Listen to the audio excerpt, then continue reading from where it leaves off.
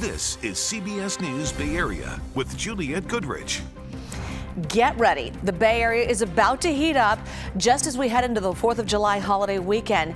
Temperatures will start to climb tomorrow, and the heat wave will get even more intense, especially in the inland areas, with a heat advisory in effect for Friday and Saturday.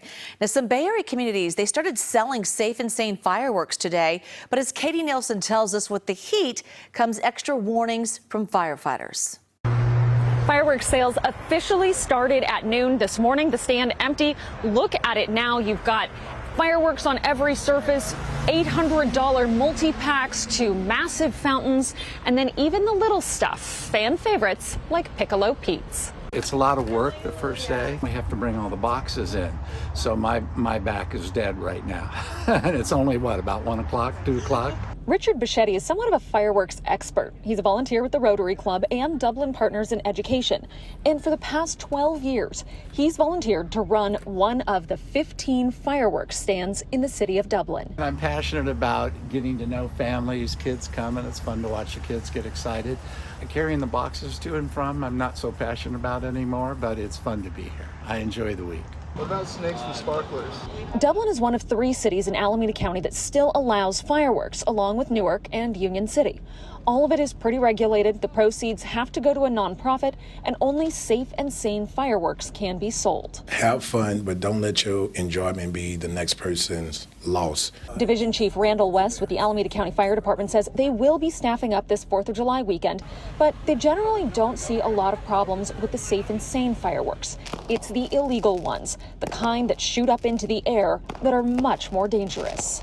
You light it off, you don't know where to land. It can be on somebody's top of somebody's roof, or it can land in their vegetation. Yeah, I like the safe and sane, but we still have to take extra precautions because we have 2 buckets full of water ready to go. As they go out, we put them in. Most people in the city of Dublin don't want their houses to burn down, so they're pretty safe and sane when they do it.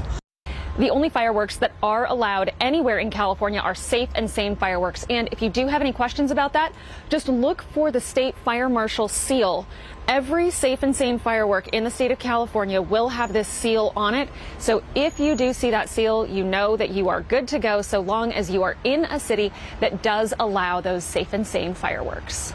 Good advice, Katie. Now, firefighters want to emphasize that even safe and sane fireworks can spark destructive fires. And to drive that point home, CAL FIRE held this demonstration. In fact, they lit off a firework in a dry field there, the flames spreading just in a matter of seconds. And it's not just fires. 3/4 of fireworks-related injuries happen around the 4th of July. Every year, first responders and medical staff witness the significant injuries that can occur from these illegal firework activities. They present significant injuries, severe burns, permanent disabilities, and loss of life.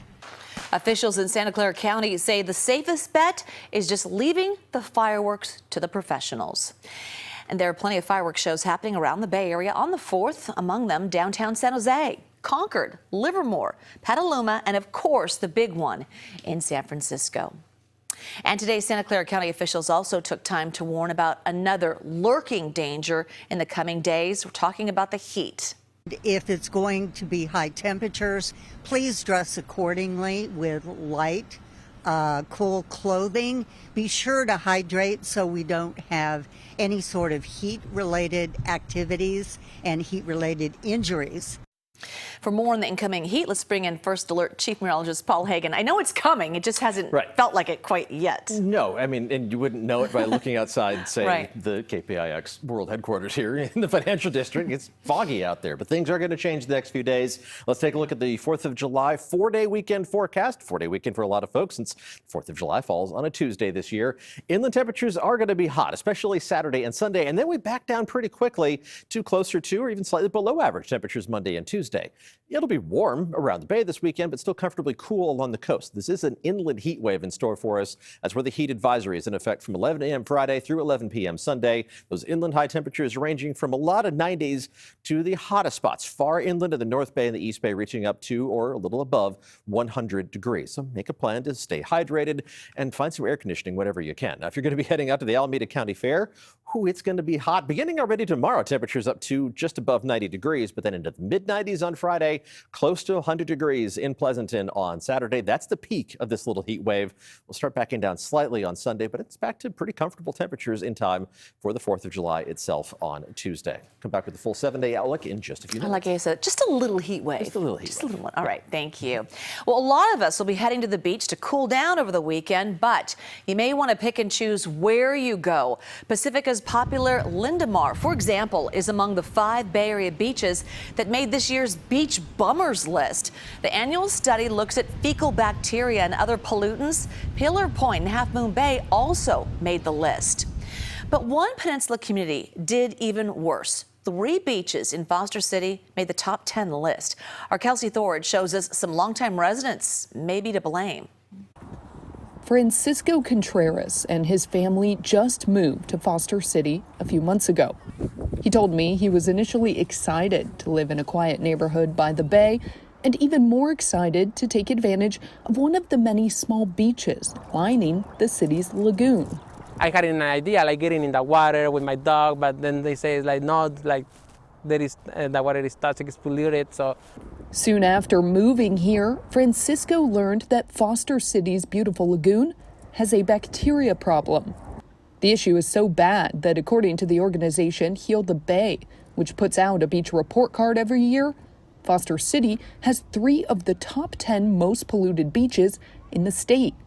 Francisco says that news came as a shock. We haven't swim because of that. We are not sure if can we swim or not. The 3 parks featured on that most polluted list are Erkenbrag Park, Marlin Park, and Gull Park. All 3 are within a few miles of each other, and they're not what many people would think of as a beach. They have grass and playgrounds, and only a small section of sand leads into the water. In a statement sent to us by Foster City, officials say they remain, quote, committed to improving the water quality, and efforts are underway to achieve this goal at the identified locations, as well as throughout the rest of the lagoon. City officials believe the culprit for the pollution could be Canadian geese. The city says hundreds of the birds have taken up residence in the area and are creating a health hazard. Officials are currently looking at ways to get rid of the birds and hope that will help to improve the water quality. Francisco told me he hopes that works and works fast. Especially with the high rents that they are like the houses, like we expect a nice, safe place for us. Like paying like $6,000 for a house, and but the water next to you is toxic. Don't get it, don't touch it. Okay, you know, I think that's sad. For now, Francisco says his family will continue to walk by the water, but not in it.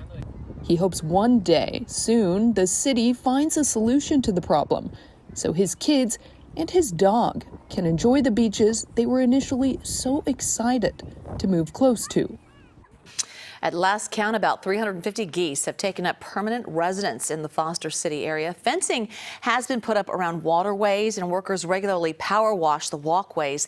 The city is also working on a controversial plan to kill off up to 100 of those birds. All right, now to other stories we've been following around the Bay Area. An elderly man in the hospital after he was attacked by a swarm of bees near Petaluma. Fire crews say the man was flying model airplanes in a field when he was stung multiple times. He tried walking back to his car but ended up collapsing. One of his friends performed CPR until paramedics arrived. The bees were uppity, and they picked on him, and when he came back here, the bees followed him. So they attacked all of us. Well, some good news. Victor tells us his friend is doing well and could go home as early as tonight. A man in San Rafael accused of firing a gun into the air, then pointing it at people using the Starkweather shoreline path. People started calling 911 about it just before 2 yesterday afternoon. Police quickly found 59-year-old Jose Arguello Gutierrez hiding nearby, along with the loaded gun. No one was hurt.